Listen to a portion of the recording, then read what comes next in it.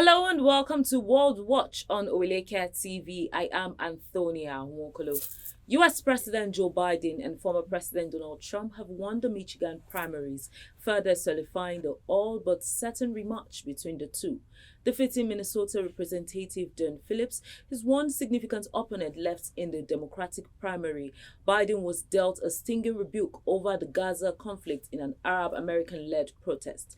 Tens of thousands of Democrats in the swing states crucial to Biden's re-election hopes tick the uncommitted box as part of a push by the Listen to Michigan campaign to jolt the president into backing off from his support of Israel.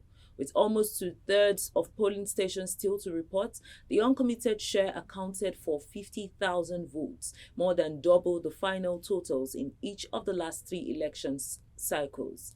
Biden has released a statement thanking voters, touting his record on working for Michigan's middle class and acknowledging that there was much left to do, but made no mention of the Gaza conflict and ignored the protest vote. Listen to Michigan had set a modest goal of rallying 10,000 uncommitted voters in its aim to censor the president over U.S. military funding for Israel and to pressure him to call for an immediate ceasefire.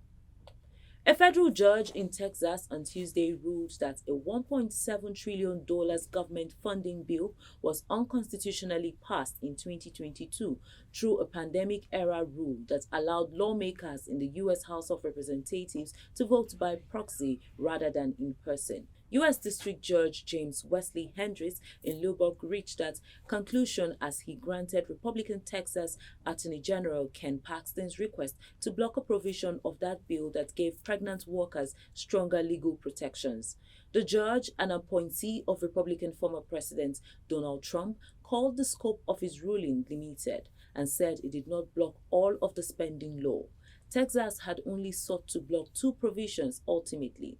Hendricks blocked one provision, the Pregnant Workers Fairness Act, from being enforced against the state after finding the bill was wrongly passed.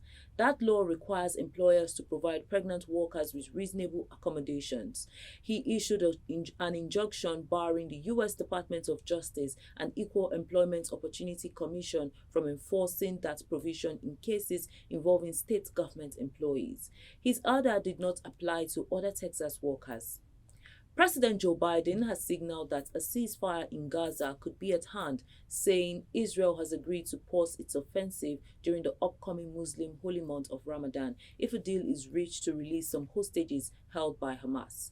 But both Israel and Hamas downplayed on Tuesday the idea that a breakthrough was imminent.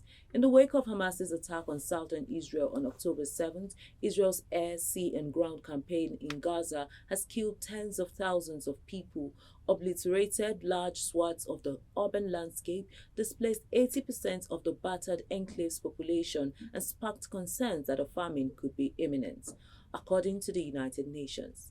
That's all we have for you on World Watch. I am Antonia Nwokolo. Follow us on our social media handles at Oweleke TV. Visit our website at www.oweleketv for a thrilling journey. Oweleke TV, rising star at the fairground.